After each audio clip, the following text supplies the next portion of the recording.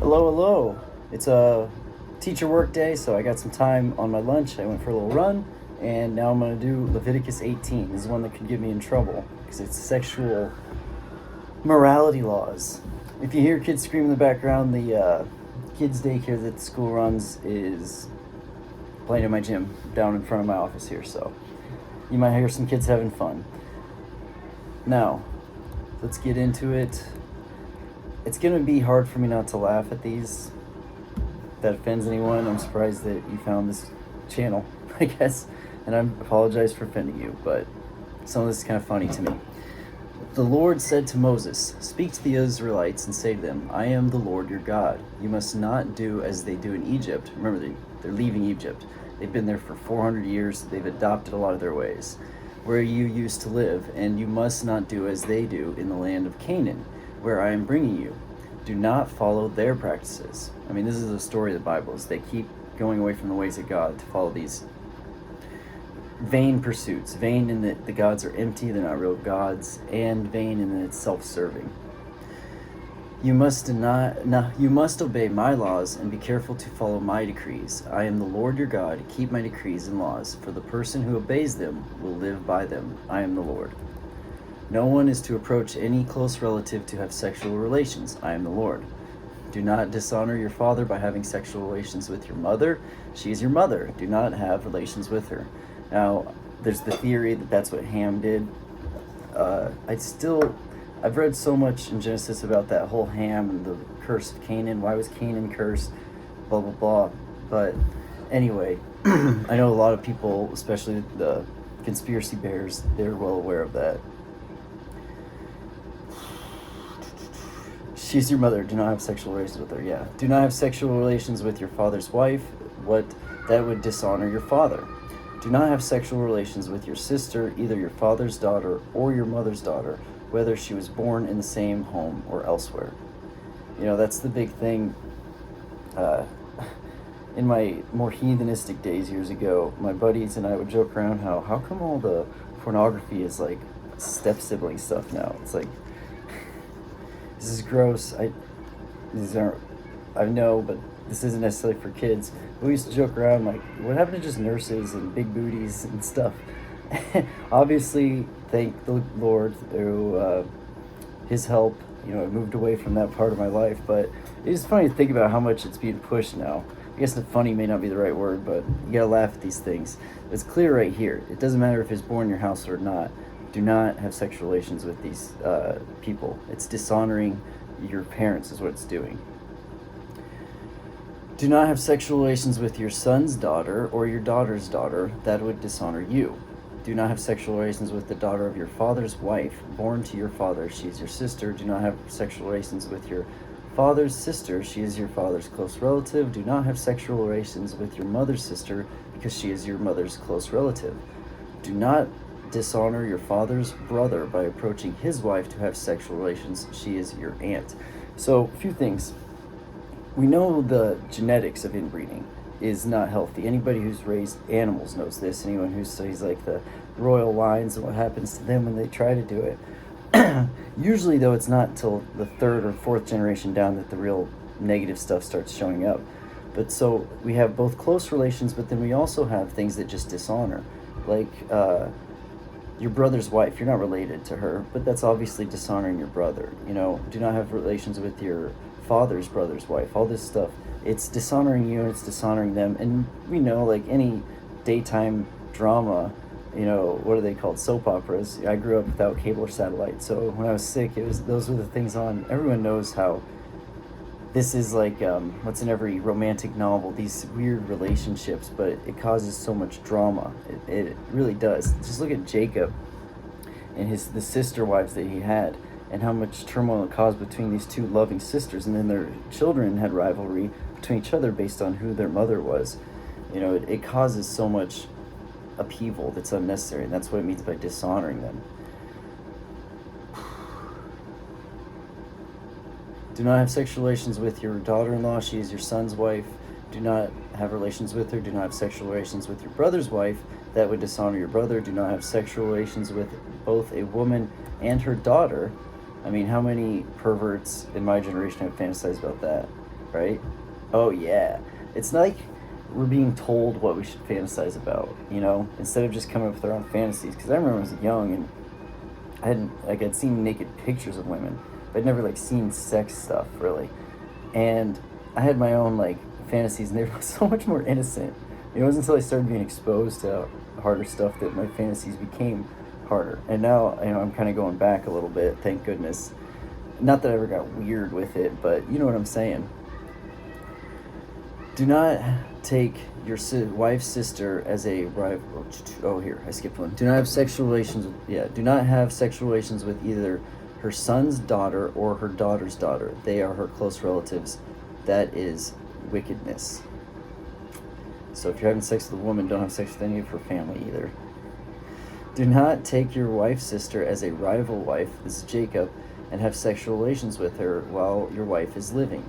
Do not approach a woman to have sexual relations during the uncleanness of her monthly period. Do not have sexual relations with your neighbor's wife and defile yourself with her. Do not give any of your children to be sacrificed to Moloch. All right, so I'm going to stop here real quick. So all this stuff now, it's to keep them healthy and to keep their lives free from drama. I mean, think of what are they called?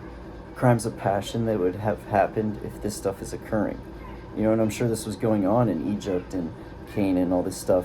And a man feels dishonored when his son has sex with his new wife or something, and then he ends up killing his son over the honor of it. And that's just such awful stuff, Obviously, it all started from the vanity of just wanting to get your rocks off, So selfishness is what it led to, and God's telling them, okay, avoid it for genetic disorders, avoid, the unclean time of the month for diseases, kids are throwing stuff, and avoid anything that's going to cause turmoil and crimes of passion and this stuff and upheaval in your community.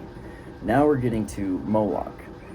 Do not give any of your children to be sacrificed to Moloch, for you must not profane the name of your God. I am the Lord.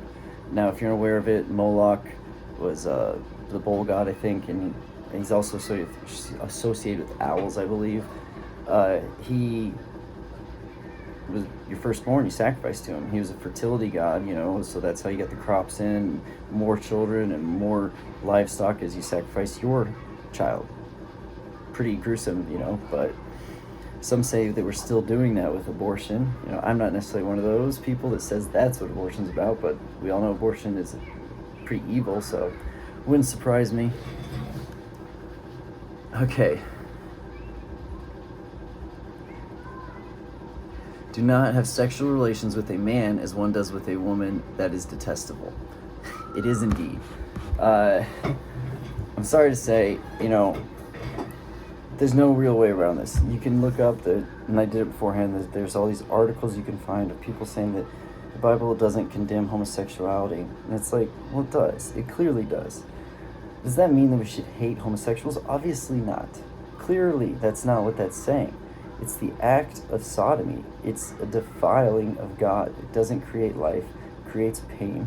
And people say, well, what if your child was a homosexual? I say I'd talk to him. I wouldn't talk to him judging way, but, are you really sexually attracted to a hairy butthole? I mean, I know this is crude. I really do. I'm a simple man. But the fact that this is what I find so alarming about the modern churches in their not necessarily accepting of homosexuality is okay. You accept people, but accepting of the act of homosexuality is okay. You can't ask and you shall receive. You have to ask. You have to repent. You have to, the unforgivable sin. Some people think that the denial of the Holy Spirit is to reject it is to not ask for forgiveness. When you're compelled to ask for forgiveness and you reject it, convince yourself it's okay. And that's why I think it's so dangerous what people are doing. We all sin.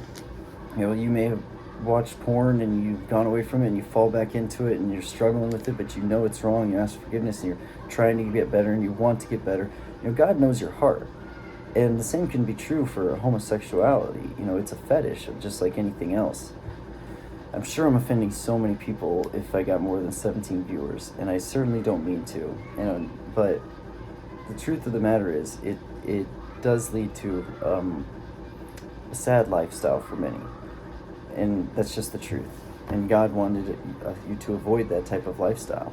He wants what's best for you, and that doesn't mean doing what you think you'll enjoy most in the moment. That's the childish way of thinking.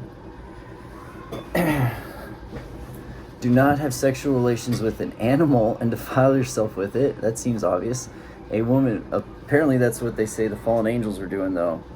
Creating new beasts and stuff like that. Perverts. A woman must not present herself to an animal to have sexual relations with it. That is perversion. I was in the Navy. I never went or saw one of these, but I heard of people who saw those shows, and it's like, ew. I wouldn't be able to sit through it. I'm not like a prude in any way, trust me, but it's disgusting. Can't even, Do not defile yourself in any of these ways, because this is how the nations that I am going to drive out before you became defiled. Even the land was defiled, so I punished it for its sin, and the land vomited out its inhabitants. But you must keep my decrees and my laws. The native born and the foreigners residing among you must not do any of these detestable things. So again, when people of another nation are in your community, that's fine, but they have to follow your laws. Seems pretty common sense. All of these things were done by the people who lived in the land before you, and the land became defiled. And if you defile the land, it will vomit you out as it vomited out the nations that were before you. All right, that's just the way it is. Your nation, your people, your civilization will crumble if you fall into these ways, because these ways are self-serving. The more self-serving you become, giving into your own personal desires over the betterment of the group, that's what causes, you're having sex with, your family members, and it's causing upheaval in your family, and now your father gets mad at you for having sex with his new wife after your mother died, and he kills you. Now he just ended his own line. Now that line of kings is to get done. Maybe that weakens your whole civilization. Now another civilization comes in and wipes you out. It's obvious, and it all comes back to self-service over, self-sacrifice. That's why, follow Jesus. I'm not saying you can't do anything you enjoy, obviously. But is what you're doing good for you? Is it honorable? There are plenty of things you can do that you might enjoy. Like, I don't really play video games, but I have a lot of friends who play video games. Nothing wrong with it. Are you doing it in excess so that you don't have time to take care of your family? Or are you just doing it, every now and then, for an hour at the end of the day or something, when you've gotten other stuff done? That's what I'm talking about. But again, the sexual morality things, I think in today's Western civilization, we're all guilty of, in some part, not like incest and all these necessarily, but lusting after someone we shouldn't have lusted after, for sure. Of sex outside of wedlock, most of us, I'm sure. Cheating, a lot of us. It leads to a destruction of your society. A breakdown of morals breaks down the trust, which breaks down your culture and your civilization. That's what is meant by the land will vomit you out. If there's no trust in your community, in your nation, then there's no nation. Like, why would I want to be in a community with people who are going to do all these terrible things? What's the point of this? So, your civilization's done for. Everyone who does any of these detestable things, such persons must be cut off from their people. Keep my requirements and do not follow any of these detestable customs that were practiced before you came, and do not defile yourselves with them. I am the Lord, your God. All right, I think it's pretty simple to understand most of that, but let's just take a brief look at the commentary here and then call it a day before I say something to get me in trouble.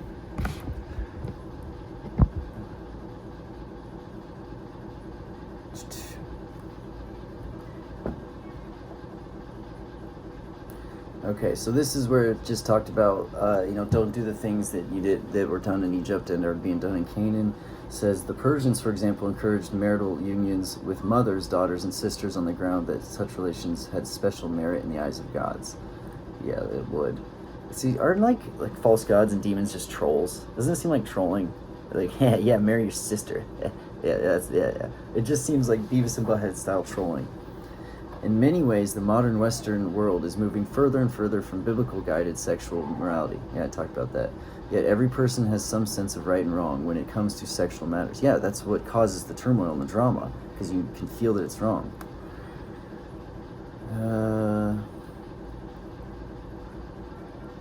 Let's skip down. The very first command of this chapter shows that God's standard for right and wrong rises above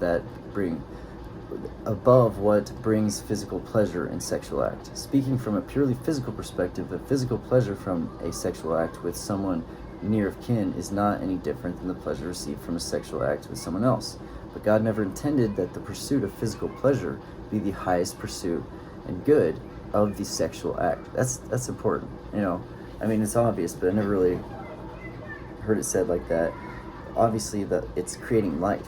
It's uniting you and your spouse together in holy matrimony, two becoming one. God intended to mean more, to be more important, part of what binds together a husband and wife in one flesh relationship. Yeah. And you can see Matthew 19, it talks about it.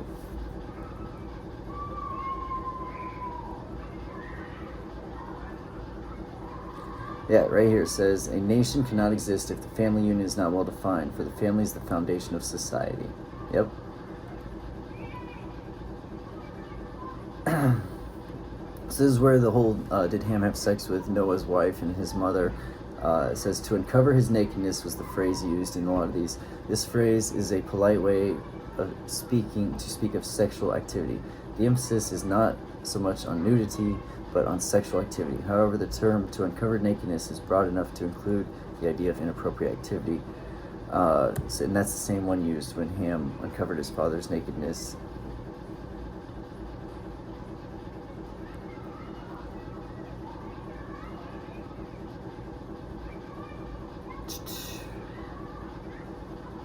A man and a woman become one flesh in marriage. So there is a real sense in which the nakedness of a husband or wife belongs to their spouse and no one else. The Apostle Paul expressed similar thought in 1 Corinthians. The wife does not have authority over her own body, but the husband does. And likewise, the husband does not have authority over his own body, but the wife does. Yes.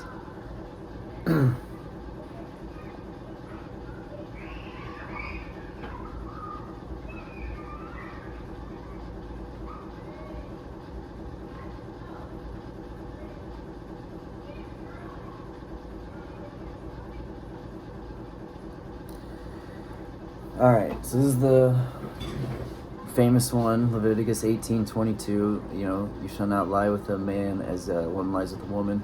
This command and similar commands through scripture such as Romans 1:24-32 are controversial and even considered offensive to many in modern Western culture. Nevertheless, it is important to clearly understand and state that what the Bible teaches on these matters, because it is part of God's design and intention for humanity's ultimate good. Yeah. You can be offended all you want. People are always offended when the thing they like, they find out, isn't something they should be doing. Children are that way. I'm that way.